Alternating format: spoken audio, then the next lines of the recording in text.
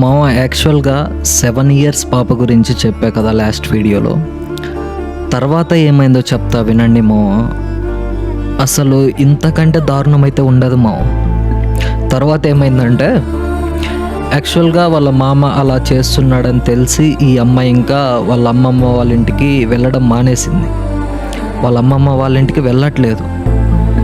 అలాగా ఓ 6 ఇయర్స్ గడిచిపోయింది. 6 ఇయర్స్ గడిచిపోయిన తర్వాత ఈ అమ్మాయి మెచ్యూర్ అయింది. ఇంకా వాళ్ళ మామ గమనించాడనమాట, ఈ అమ్మాయి ఇంకా రాదు, నేనే వెళ్తే బెటర్ అని చెప్పేసి వాడే వాళ్ళ ఇంటికి వెళ్ళాడంట మామ. వాళ్ళ ఇంటికి వెళ్ళి అక్కడ కూడా సేమ్ రిపీట్, ఆ అమ్మాయిని టచ్ చేయడం,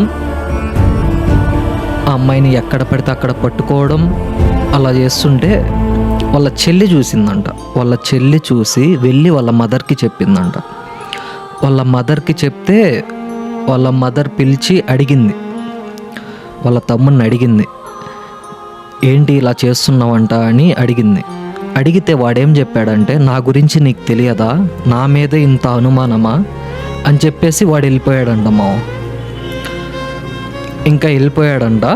ఇంకప్పటి నుంచి ఆ అమ్మాయి కొంచెం బాగుందన్నమాట. అప్పటి నుంచి ఏ ప్రాబ్లమ్స్ లేకుండా కొంచెం బెటర్గా ఉంది.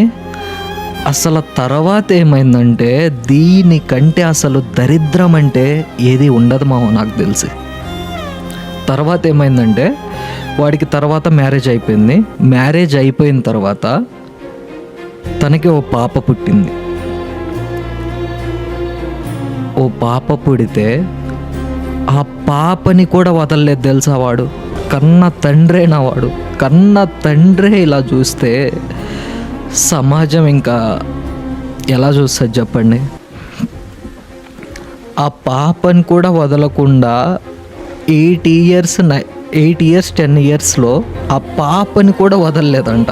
ఆ పాప ఇప్పుడు ఈ అమ్మాయికి చెప్పుకొని బాధపడుతుందంట,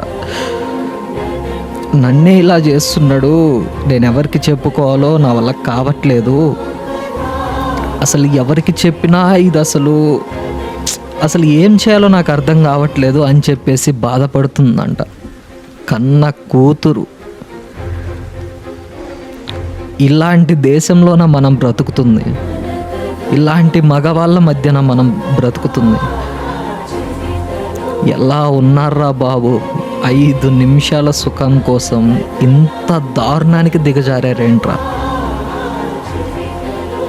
ఛీ, నీ అమ్మ ఏం జీవితం అనిపిస్తుంది తెలుసా.